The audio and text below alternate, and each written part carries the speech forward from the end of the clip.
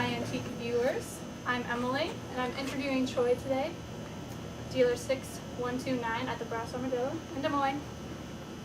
Yes. Yes, okay. Yes, it is. We are in Des Moines. Good, I'm glad we're in Des Moines. Okay. Your turn. So, the first question, how long have you been in the antique business? Well, this official business, I've been, actually I'm going to answer your next question too. I've been a dealer here for about a year and a half. Okay. But I've been selling various items, including antiques, for years. Mm-hmm. I actually started by buying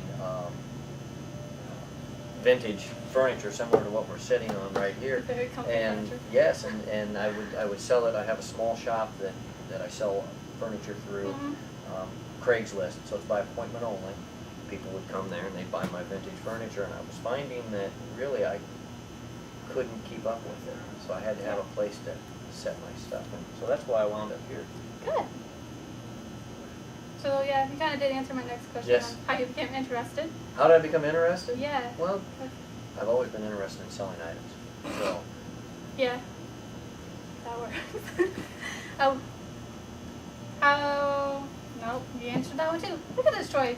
You became a dealer at the Brass Armadillo, so you needed more space to sell your furniture. yes, well, and just my little stuff. Yeah, the little stuff. Alright. What do you like about being a dealer here? What do I like about being a dealer here? You know, there's a lot of things. Yeah. I don't have to worry about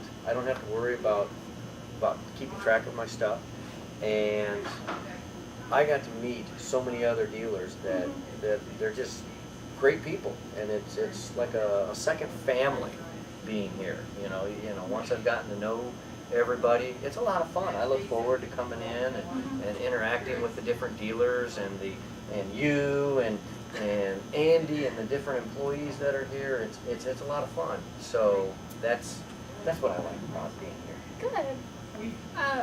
Do you have any advice for potential dealers who are thinking about signing up?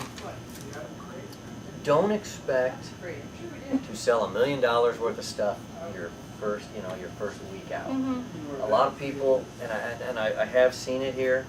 They'll get their booth or they'll get their case and they'll set up and they'll throw a few items in it, and they wonder why it's not selling. Yeah.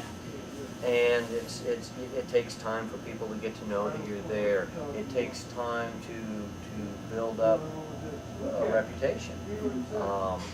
So yeah, this is something. Don't expect to be super fantastic right out of the chute. You're going to sell stuff right out of the chute. You may not actually show it the first few months you're here.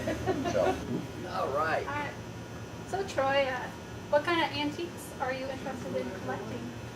That I'm personally interested in collecting? I like lamps. I know, that sounds kind of funny, doesn't it? I think lamps are cool. You know, Yeah. and I've collected different ones. I also like records. Records are cool. Movies, I'm a big movie buff. So I have a movie poster collection that is huge.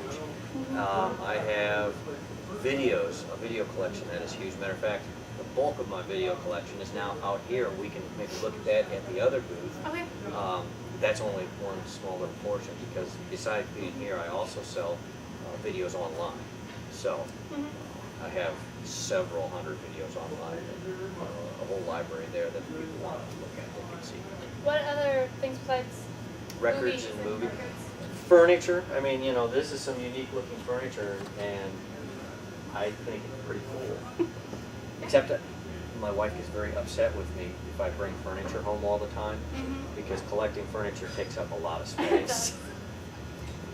What are your main interests in the items that you sell at the Brass Armadillo? I'm eclectic. I have a little bit of everything. Over here, in this particular booth, this is booth 28. And in this booth, I try to keep it more vintage, more of the retro type stuff.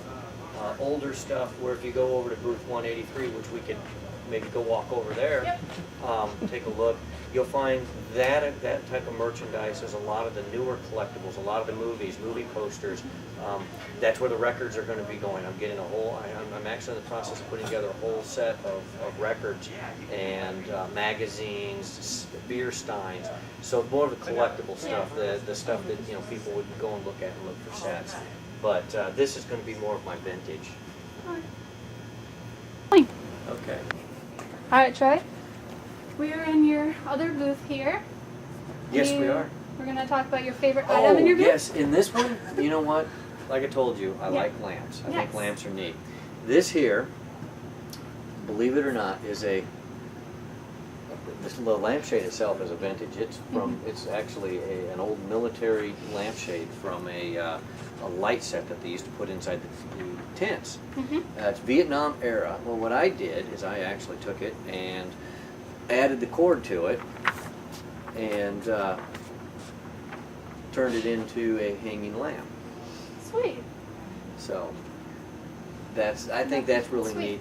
I also have some beer signs which can be construed as lamps also, which I think are kind of cool too. But I don't know if you can see those in the camera. I'm not sure. Okay, well we can show them later. Yeah, we'll show you guys later. There's some zoomed in. Yeah. Is there anything unusual in here that you don't usually see?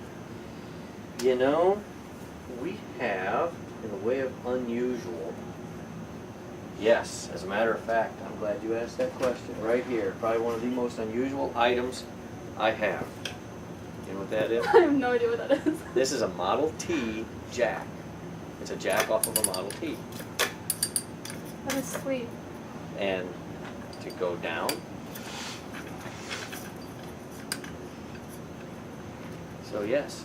That's cool. It is, and you can tell it's old.